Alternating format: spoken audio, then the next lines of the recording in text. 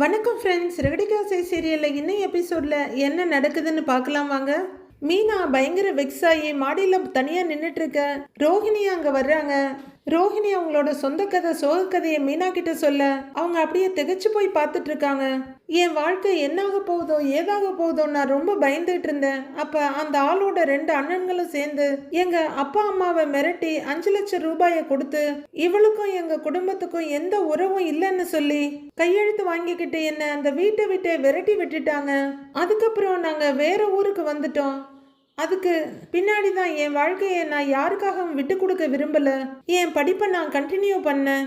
அடுத்த 9 மாசத்துல கிறிஷ் பிறந்தான். பார்ட் டைமா ஒரு வேலைக்கு போய் நான் அவனையும் வளர்த்துக்கிட்டு என் படிப்பையும் கம்ப்ளீட் பண்ணேன். அப்புறம் நான் காஸ்மெட்டிக் டெக்னாலஜி கோர்ஸை முடித்தேன். சென்னைக்கு வந்து ஒரு பார்லரில் வேலைக்கு சேர்ந்தேன். அதுக்கப்புறம் யாரையும் நம்பக்கூடாது, சொந்த காலில் நின்று என் பையனை வளர்க்கணும்னு நினச்சேன். இருந்தாலும் என் மனசில் எனக்காக ஒரு வாழ்க்கை, என்ன நேசிக்கிற கிறிஷ பிள்ளைய ஏற்றுக்கிற ஒரு ஹஸ்பண்ட் இருக்கணும்னு நினச்சேன். நான் அக்கௌண்ட் வச்சிருந்த பேங்க்ல ஒருத்தர் கூட ஃப்ரெண்ட்ஷிப் வந்தது. அவரும் என்னை பிடிச்சிருக்குன்னு சொன்னாரு. என்னை கல்யாணம் பண்ணிக்க ஆசைப்படுறேன்னு சொன்னாரு. நான் என் கதை எல்லாத்தையுமே அவர்கிட்ட சொன்னேன். என் பாஸ்ட்டை அக்செப்ட் பண்ணிக்க ரெடியா இருந்தவன் கிறிஷை ஏத்துக்க தயாரா இல்ல. வீட்டில் பேசிட்டு சொல்றேன்னு போன அவன் திரும்பி வரவே இல்லை. அப்புறம் யார் துணையும் வேணாம்னு இருந்தேன். ஆனா நம்ம ஊர்ல சிங்கிள் மதரா இருக்க பொண்ணுங்க மேல ஆம்பளைங்களுக்கு ரொம்ப சுலபத்துல ஈர்ப்பு வந்துடும். கூட வாழ்றதுக்கு இல்ல, அவங்க ஆசைக்கு யூஸ் பண்ணிக்கிறதுக்கு. அப்படிதான் எனக்கும் நிறைய பேர் தொல்லை கொடுக்க ஆரம்பிச்சாங்க. பார்லர் வேலைக்காக போகிற எல்லா இடத்துலையும் என்கிட்ட மிஸ்பிஹேவ் பண்ண ஆரம்பிச்சாங்க. ஒவ்வொரு நாளும் நான் பயத்தோடு தான் வெளியில போயிட்டு வருவேன் அப்படின்னு ரோஹிணி சொல்லிட்டு இருக்க மீனா அமைதியா அவங்க பின்னாடியே போய் கேட்டுக்கிட்டு இருக்காங்க. திரும்புற ரோஹிணி, ஒரு உண்மை எனக்கு தெரிஞ்சது. இந்த சொசைட்டில தனியா வாழணும்னு நினைச்சா தெருவுல இருக்க எல்லா நாயும் என்ன விரட்டும்னு புரிஞ்சுக்கிட்டேன். என்னை பத்தி புரிஞ்சுக்கிட்டு என்னை முழுசா நேசிக்கிற ஒருத்தரை கல்யாணம் பண்ணிக்கிட்டு என்னோட வாழ்க்கையை வாழணும்னு நினைச்சேன். அப்பதான் நான் மனோஜை மீட் பண்ணேன். நான் லவ் பண்ண முதல் ஆள் மனோஜ் தான். எனக்கு எல்லா விதத்திலையும் பொருத்தமானவன் மனோஜ் தான்னு தோணுச்சு. எனக்கும் அவரை பிடிச்சிருந்தது. நான் என்னை பத்தியும் கிறிஷை பத்தியும் மனோஜ் கிட்ட சொன்னா அந்த பேங்க்ல ஓடி போன ஆள் மாதிரி மனோஜும் எங்க என்னை விட்டு ஓடி போயிடுவாரோன்னு ரொம்ப பயந்தேன். அதனால அவர்கிட்ட எந்த உண்மையுமே சொல்லல மீனா அப்படின்னு ரோஹிணி சொல்ல ரொம்பவே பரிதாபப்படுற மீனா அத்தை கிட்டன்னு கேக்குறாங்க. ஆன்டி கிட்ட சொல்லி இருந்தா அவங்க என்னை ஏத்துக்கிட்டு இருந்திருப்பாங்கன்னு நினைக்கிறீங்களா மீனா அப்படின்னு ரோஹிணி கேட்க மீனா முகத்தை திருப்பிக்கிறாங்க. இந்த முகத்திருப்பல் ரோஹிணிக்காகவா இல்ல விஜயாக்காகவான்னு தெரியல. கண்டிப்பா மனோஜுக்கு என்ன கல்யாணமே பண்ணி வச்சிருக்க மாட்டாங்க அப்படின்னு ரோஹிணி சொல்ல, கல்யாண நேரத்துல இத மாமா கிட்டயாவது சொல்லியிருக்கலாம்ல அப்படின்னு மீனா கேக்குறாங்க. அங்கிள் கிட்ட சொன்னா மட்டும் என்ன ஆயிட போகுது மீனா? மனோஜ் அவரோட அம்மா பேச்சை மட்டும்தான் கேட்பாரு. அவங்க சொன்னாங்கிறதுக்காக ஒரே ரூம்குள்ளேயே என்னை விட்டு பிரிஞ்சு இருந்தாரு. மனோஜுக்கு என்ன பிடிச்சிருந்தாலும் ஆன்டிக்காக என்ன வேணான்னு சொல்லியிருப்பாரு. இதை எல்லாத்தையும் நான் மனசுல வச்சுக்கிட்டு தான் எல்லா உண்மையையும் மறைச்சேன் அப்படின்னு ரோஹிணி சொல்ல, நல்லா மறைச்சப்போ இப்ப ஏன் தலையில உருண்டுட்டு இருக்குன்ற மாதிரி பாக்குறாங்க. ஆனா அவங்க கிட்ட பழைய கோபம் இல்ல. இப்போ மனோஜ் இல்லாம வாழ முடியாதுங்கிற இடத்துல தான் நான் இருக்கேன். எனக்கு பிடிச்ச வாழ்க்கையை காப்பாத்திக்கு தான் இந்த பொய் எல்லாத்தையும் சொன்னேன். நான் பண்ணின இதே தப்ப ஒரு ஆம்பளை பண்ணியிருந்தா இந்த சமுதாயம் ஒத்துக்கும். யாருமே எந்த கேள்வியும் கேட்டிருக்க மாட்டாங்க. இங்க செய்யற தப்புல கூட ஆண் பெண்ணுன்னு பாகுபாடு இருக்கு. அவங்க செய்யற தப்பு வெளியில வராத வரைக்கும் இங்க எல்லாருமே நல்லவங்களா தான் தெரிவாங்க. எப்பவுமே நான் சொன்ன பொய்யை நான் நியாயப்படுத்தல. ஆனா நான் சொன்ன பொய்க்கு ஒரு நியாயம் இருக்குன்னு தான் சொல்றேன். வாழ்க்கைன்னா என்னன்னே தெரியாத வயசுல என்ன கல்யாணம் பண்ணி வச்சது யார் தப்பு? அந்த வாழ்க்கையில ஒரு மிருகத்துக்கிட்ட நான் டார்ச்சர் அனுபவிச்சதுக்கு யார் பொறுப்பு? எனக்கு பிடிக்காத வாழ்க்கையை எல்லாருமே என் தலையில கட்டினப்போ நான் அமைதியா இருந்தேன். அப்ப மட்டும் நான் நல்ல பொண்ணு, அப்பா அம்மா பேச்ச கேட்குற பொண்ணு அப்படி இப்படின்னு சொல்லுவாங்கல்ல. ஆனா நானா எனக்கு பிடிச்ச வாழ்க்கையை தேடிக்கிட்டா அது மட்டும் தப்பா மீனா? சொல்லுங்க மீனா அப்படின்னு மீனாவோட மனசாட்சியை விட அதிகமா பேசி மீனாவோட கையை பிடிக்கிறாங்க ரோஹிணி. அவங்களோட கையை மெதுவா தள்ளி விட்டுட்டு, வாழ்க்கையில நீ ரொம்பவே கஷ்டப்பட்டிருக்க. உனக்கு நடந்த எதுவுமே எந்த பொண்ணுக்குமே நடக்க கூடாத ஒண்ணு. உன் மேல நான் பரிதாபப்படுறேன். ஆனா அதுக்காக ஒரு குடும்பத்தை ஏமாத்துறது எந்த விதத்துல நியாயம்? நீ உண்மையை மறைக்கிறதுக்கு உன் பக்கம் 1000 நியாயம் இருக்கு. ஆனா எனக்கு தெரிஞ்சும் நான் இதை மறைச்சிக்கிட்டு இருக்கேனே அதுக்கு என் பக்கம் எந்த காரணமும் இல்லையே. எந்த உண்மையும் ரொம்ப நாள் இருட்டிலேயே இருக்க போறதில்ல ரோஹிணி. நாம செய்யற எல்லா பாவ புண்ணியமும் ஏதாவது ஒரு வழியில நம்ம கிட்ட வரும். உண்மை வெளியில தெரியும். அன்னைக்கு நானும் உன் கூட சேர்ந்த ஒரு குற்றவாளியா தானே நிப்பேன்னு கேக்குறாங்க மீனா. நீங்க எந்த ஆணியையும் புடுங்கவே வேண்டாம். சாரி, உங்களுக்கு உண்மை தெரியும், நீங்க யார்கிட்டயுமே சொல்லவே வேண்டாம். நேரம் வரும்போது நானே சொல்லிக்கிறேன் அப்படின்னு ரோஹிணி சொல்ல, மத்தவங்க கிட்ட இருந்து நான் மறைச்சிடலாம், ஆனா என் மனசாட்சி கிட்ட இருந்து நான் மறைக்க முடியாதுல்ல. உன் வாழ்க்கைக்காக இப்ப என்கிட்ட இருக்க நிம்மதியை எடுத்துட்ட அப்படின்னு மீனா சொல்லிட்டு கீழே போக ரோஹிணி அழுதுகிட்டே நிக்கிறாங்க. தொடர்ந்துகிட்டு இருக்க இதே அக்கப்போருக்கு அருண் கூட எவ்வளவோ பரவாயில்லன்னு தான் தோணுது. நைட்டு எல்லாரும் தூங்கிட்டு இருக்க முத்து நிம்மதியா தூங்குறாரு. மீனா தூக்கம் இல்லாம ஒரு பக்கமா படுத்தே இருக்காங்க. அவங்க மனசுல ரோஹிணி சொன்னதெல்லாம் ஓடிட்டு இருக்குது. உனக்கு எதுக்கடி படிப்பு, எனக்கு பொண்டாட்டியா இருக்கிறது மட்டும்தான் உனக்கு ஒரே வேலை அப்படின்னு சொல்லி அன்னைக்கு என் சம்மந்தமே இல்லாம என்ன தொட்டான், ஒரு மிருகம் மாதிரி என்ன அப்படின்னு ரோஹிணி சொன்னதை நினைச்சிட்டு இருக்கவங்க அடுத்ததா அவன் மாறவே இல்லை. தினமும் குடிப்பான், காரணமே இல்லாம என்னை அடிச்சு கொடுமைப்படுத்துவான். எங்க அம்மா கிட்ட சொன்னா சகிச்சுக்கிட்டு வாழுன்னு எனக்கு அட்வைஸ் பண்ணுவாங்க. ஆனா என்னால அந்த நரகத்துல வாழவே முடியல மீனா.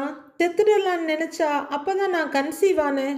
என்னால சாகவும் முடியல அப்படின்னு ரோஹிணி சொன்னதெல்லாம் இவங்க நினைச்சுக்கிட்டு உட்கார்ந்துருக்காங்க. தூக்கம் முழுசா தொலைஞ்சு போயிட எழுந்து உட்கார்ந்துருக்காங்க மீனா. 3 மாசம்தான் அந்த ஆள் கூட வாழ்ந்தேன். ஒரு நாள் குடிச்சிட்டு வீட்டுக்கு வரும்போது ஒரு ஆக்சிடென்ட்ல செத்துட்டான். எங்க அப்பா அம்மாவை மிரட்டி 5 லட்சம் ரூபாய கொடுத்து எனக்கும் அவங்க குடும்பத்துக்கும் எந்த உறவும் இல்லைன்னு சொல்லி கையெழுத்து வாங்கிக்கிட்டு என்ன அந்த வீட்டை விட்டு விரட்டி விட்டுட்டாங்க அப்படின்னு ரோஹிணி சொன்னது அவங்க மனசுக்குள்ள ஓடிக்கிட்டே இருக்கு. அவங்களால எதையுமே டைஜஸ்ட் பண்ணவே முடியல. தண்ணியை குடிச்சு அதெல்லாம் முழுங்குறாங்க. அடுத்த 9 மாசத்துல கிறிஷ் பிறந்தான். பார்ட் டைமா ஒரு வேலைக்கு போய் நான் அவனையும் வளர்த்து என் படிப்பையும் கம்ப்ளீட் பண்ணேன் அப்படின்னு ரோஹிணி சொன்னதெல்லாம் அவங்க மனசுல ஓட, தண்ணியை குடிச்சு முடிச்சுட்டு இங்கேயும் அங்கேயும் நடுராத்திரில பேய் மாதிரி நின்றுட்டு இருக்காங்க மீனா. திரும்பி படுக்கிற முத்து கைய பக்கத்துல நீட்ட அந்த இடம் வெறுமையா இருக்கு. அப்படியே தூக்க கலக்கத்தோட எழுந்து உட்கார்றவரு மீனா மீனா அப்படின்னு கூப்பிட மீனா நின்ன இடத்துல இருந்தே திரும்பி பாக்குறாங்க. மீனா என்னாச்சு, ஏன் இன்னும் தூங்காம இருக்கன்னு கேக்குறாரு. ஒன்னும் இல்லைங்க, தூக்கம் வரல, நீங்க படுங்க அப்படின்னு மீனா சொல்ல பக்கத்துல வர்ற முத்து தூக்கம் வரலையா. மீனா, பொழுதுனிக்கும் பூ வியாபாரம் பண்றதுக்கு நிறைய இடத்துக்கு போயிட்டு வர்ற, வீட்டுல இருக்க எல்லா வேலையும் நீ மட்டும்தான் பாக்குற, எப்பவும் படுத்த உடனே தூங்கிடுவ, இன்னைக்கு ஏன் தூங்காம இருக்கன்னு கேக்குறாரு. இன்னைக்கு என்னமோ தூக்கம் வரலங்க, நீங்க படுத்துக்கோங்க, நான் கொஞ்ச நேரத்துல தூங்கிடுவேன்றாங்க மீனா. அது அப்படிதான், ஒரு சில நாளைக்கு படுத்த உடனேயே தூக்கம் வராது. எனக்கும் கூட பல நாள் அப்படி நடந்திருக்குது. பயங்கரமா கார் ஓட்டிட்டு வருவேன், உடம்பெல்லாம் ரொம்ப அசதியா இருக்கும், படுத்த உடனே தூங்கிடலான்னு நினைப்பேன், ஆனா அன்னைக்கு என்ன பார்த்து தூக்கமே வராது அப்படிங்கிற முத்து ஒரு சோஃபால உட்காந்துட்டு நான் உனக்கு வேணா ஒரு பாட்டு பாடவான்னு கேக்குறாரு.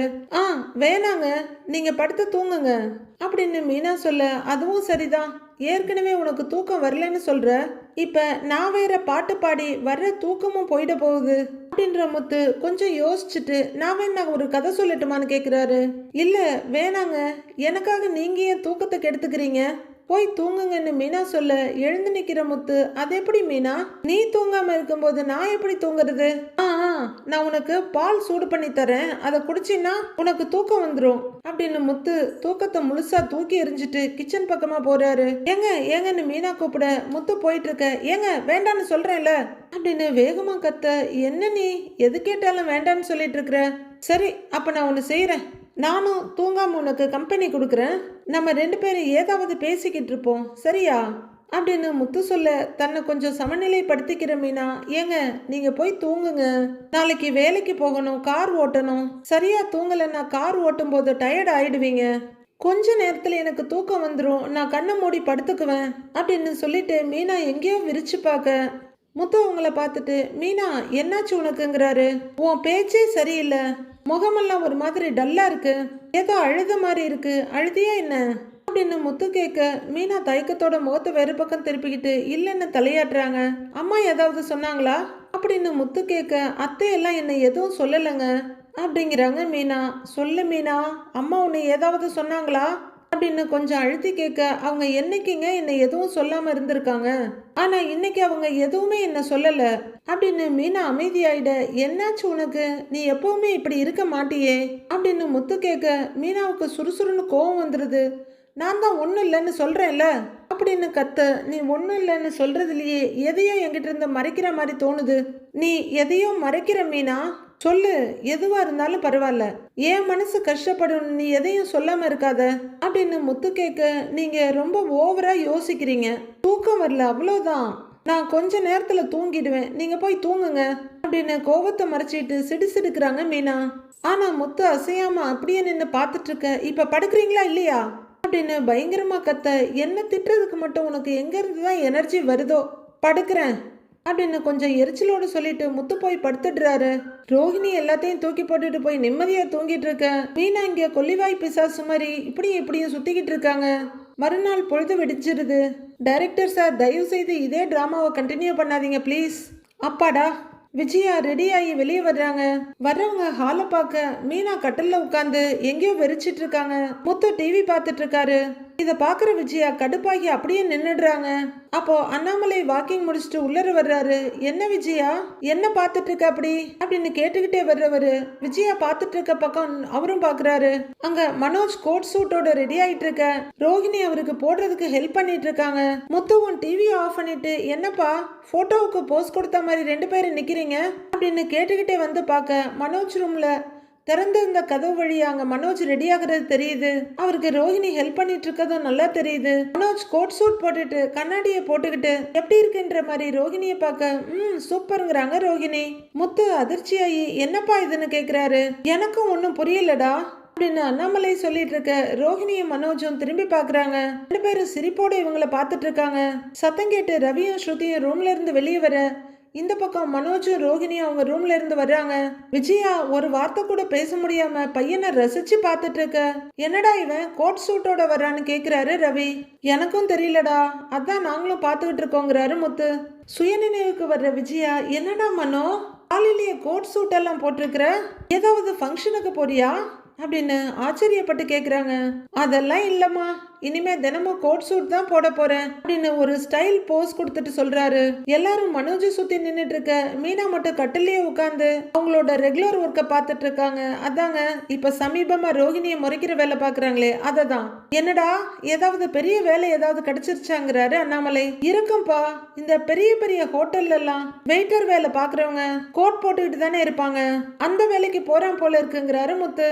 ஏய், என்ன பார்த்தா வெயிட்டர் வேலைக்கு போற மாதிரி இருக்கா அப்படின்னு மனோஜ் கேட்க. ஓ அதுவும் இல்லையா அப்போ அப்படின்னு நகத்தை கடிக்கிறவரு. புரியுது புரிஞ்சுது புரிஞ்சுது, இந்த சர்க்கஸ்ல எல்லாம் மேஜிக் ஷோ காட்டுவாங்கல்ல அப்படின்னு முத்து சொல்ல. விஜயாவும் எரிச்சலோட பாக்குறாங்க. ஏண்டா உனக்கு ஒரு நல்ல டேஸ்டே வராதா அப்படின்ற மாதிரி மனோஜ் பாக்குறாரு. ரோஹிணியும் ஒரு மாதிரியா பார்த்துட்டு இருக்க. கரெக்ட், இந்த காமெடியில எல்லாம் வருமே த கிரேட் கிரிகாலன் ஷோ அப்படின்னு ஸ்ருதி சொல்லி சிரிக்க. கரெக்ட் பல்லக்குரல். ஆமாண்டா, உன்னோட ஷோவுக்கு பேர் என்னன்னு கேக்குறாரு முத்து. கிரேட் ஓடுகாலி ஷோவா அப்படின்னு முத்து சொல்ல. ஸ்ருதி மட்டும் சிரிச்சிட்டு இருக்காங்க. விஜயாவுக்கு கோவம் வந்துடுது. டேய், உன் வாயை வச்சுக்கிட்டு சும்மா இருக்க மாட்டியா அப்படின்னு ஒரு கத்து கத்திட்டு, மனோஜ் என்னடா விஷயம் அப்படின்னு கேட்க. அம்மா, நான் எங்கேயும் வேலைக்கெல்லாம் போகலம்மா, நானே சொந்தமா கம்பெனி ஆரம்பிச்சு பல பேருக்கு வேலை கொடுக்க போறேன் அப்படின்னு மனோஜ் சொல்ல. அப்படின்னு திறந்த வாய் மூடாம கேட்டுக்கிறாங்க விஜயா. என்னடா சொல்றான் இவங்கிற மாதிரி அண்ணாமலை முத்துவ பாக்குறாரு. உடனே விஜயா ரொம்ப பெருமையா எல்லாரையும் ஒரு பார்வை பார்த்துட்டு ரோஹிணியை பாக்குறாங்க. ரோஹிணியும் கொஞ்சம் பெருமையும் சந்தோஷமா சிரிக்கிறவங்க. பார்வை லேசா மீனா பக்கம் போக அவங்க முறைச்சிட்டு இருக்கதை பார்த்துட்டு அப்படியே முகம் வாடிடுது. அப்படியே மென்னு முழுங்காத குறையா நின்றுட்டு இருக்காங்க. விஜயா மனோஜை பார்த்து அப்படியா அப்படின்னு கேட்க. அதுக்கு எதுக்குடா இந்த ட்ரெஸ் போட்டுட்டு இருக்கேங்கிறாரு ரவி. இப்போ என் பிசினஸ் வேற லெவலுக்கு போயிடுச்சு, அதனாலதான் என் கெட்டப்பையை நான் மாத்திட்டேன் அப்படின்னு மனோஜ் பெருமையா ரவியோட தோல்ல கைய வச்சுட்டு சொல்ல. எந்த அப்பா மாத்தினாலும் உன்னோட கேரக்டர் மாற போறது இல்லையடாங்கிறாரு முத்து.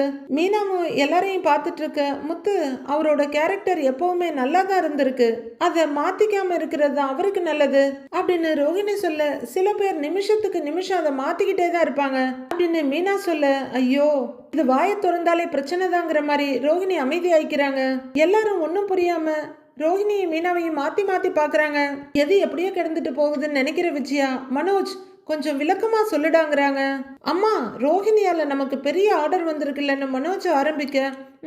ஆமா அப்படின்னு விஜயா சொல்லிட்டு இருக்கும் போதே ரோஹிணியால தான் வந்திருக்கு இல்ல ரோஹிணி அப்படின்னு ஸ்ருதி சர்காஸ்டிக்கா ரோஹிணியை பார்த்து கேக்குறாங்க.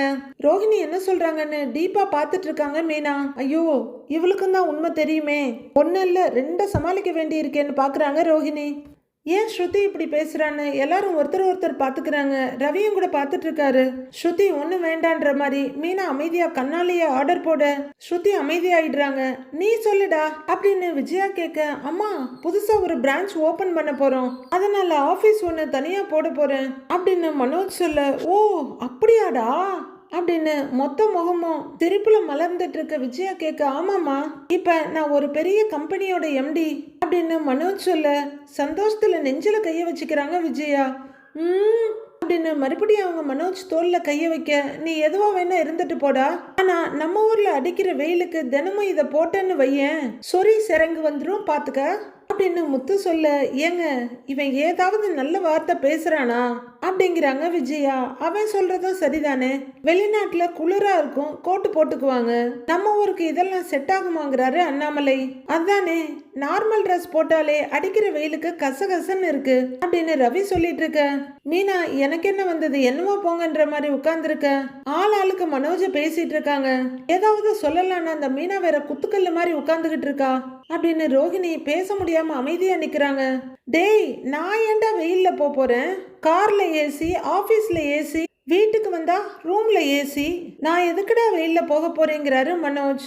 விட்டா நீ பாத்ரூம்ல கூட ஏசி வச்சாலும் வைப்படாங்கிறாரு ரவி. செஞ்சாலும் செய்யறவன் தான்டா இவன் அப்படின்னு முத்து சொல்ல, டேய் ஒரு பிசினஸ் மேனா எப்படி இருக்கணும்னு ட்ரெஸ் கோட் இருக்கு, அதெல்லாம் உங்களுக்கு புரியாது அப்படின்னு மனோஜ் சொல்ல விஜயா பெருமை தாங்க முடியாம சந்தோஷமா சிரிச்சிட்டு இருக்காங்க. மனோஜ் இப்பெல்லாம் பெரிய பெரிய கார்பரேட்லயே இந்த கோட் சூட் கான்செப்ட் எல்லாம் விட்டுட்டு டிஷர்ட் ஜீன்ஸ்ன்னு மாத்திட்டாங்க அப்படின்னு ஸ்ருதி சொல்ல, அதுவும் இல்லாம ஷோரூம் வச்சிருக்கவனுக்கு எதுக்குடா தனியா ஆபீஸுங்கிறாரு முத்து. ஏன் முத்து, அது அவரோட இஷ்டம், அது நீங்க ஏன் கேக்குறீங்கன்னு தாங்க முடியாம கேட்டுடுறாங்க ரோஹிணி. உடனே அவ்வளவுதான் அம்மனி மீனா வரிஞ்சு கட்டிட்டு வர்றாங்க. ஏன் அவர் கேட்டா என்ன அப்படின்னு மீனா கேட்க, ரோஹிணி அதுக்கு மேல பேசக்கூடாதுன்னு கஷ்டப்பட்டு கண்ட்ரோல் பண்ணிக்கிறாங்க. வீட்டுல எல்லாருமே குழப்பமா பாக்குறாங்க. என்ன மீனா பேசினா ரோஹிணி அப்படி அமைதி ஆயிடுறான்னு. இல்ல மீனா, மனோஜ் பண்றது நல்ல விஷயம் தானே, தப்பில்லையேன்னு கொஞ்சம் பொறுமையா சொல்றாங்க ரோஹிணி. இதெல்லாம் இவளுக்கு புரியாதுமா, மனோஜ் பெரிய ஆபீஸ்க்கு முதலாளியா வருவான்னு எனக்கு அப்பவே தெரியும் அப்படின்னு விஜயா சொல்ல, விஜயா அவனை ரொம்ப ஏத்தி விட்டுக்கிட்டே இருக்கிற. மனோஜ் எதுலையுமே அவசரப்படாத, முதல்ல வியாபாரத்தை பாரு, நல்லா சம்பாரி, அப்புறம் கோட்டு சூட்டெல்லாம் போட்டுக்கலாம், அகலக்கால் வைக்காதடாங்கிறாரு அண்ணாமலை.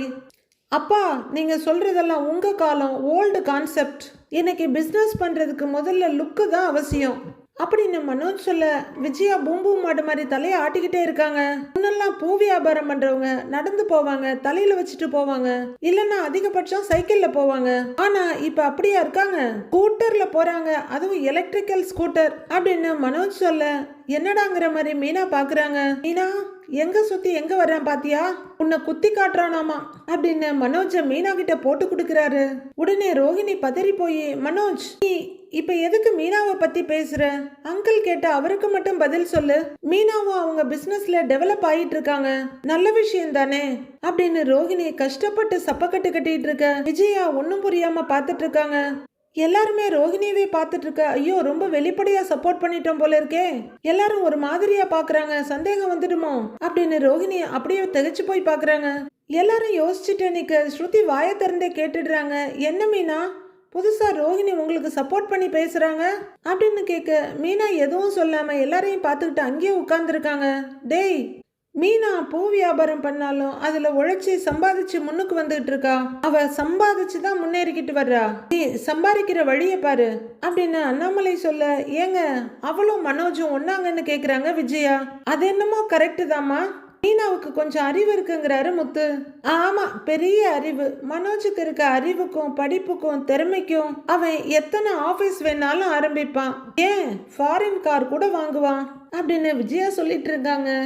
விஜயா 10 லட்ச ரூபாயில ஏதோ ஒரு ஆபீஸ் வேணா போடலாம், ஃபாரின் கார்லாம் வாங்க முடியாதுங்க. ரோஹிணிக்கு ரொம்ப பெருமையா இருந்தாலும் அதை வெளியில காட்டிக்க முடியல, ஏன்னா மீனா முழு நேரமா இவங்களை முறைச்சிக்கிட்டு மட்டும்தான் இருக்காங்க. பெருமைப்படவும் முடியாம மீனாவை முறைச்சிக்கவும் முடியாம ரோஹிணி திருன்னு முழிச்சிட்டு நிக்கிறாங்க. ரோஹிணி கூட இருக்க வரலாம் இவன் நினைச்சது எல்லாமே நடக்கும். இவன் இவ்வளோ பெரிய இடத்துக்கு போறதுக்கு காரணமே ரோஹிணி தானே.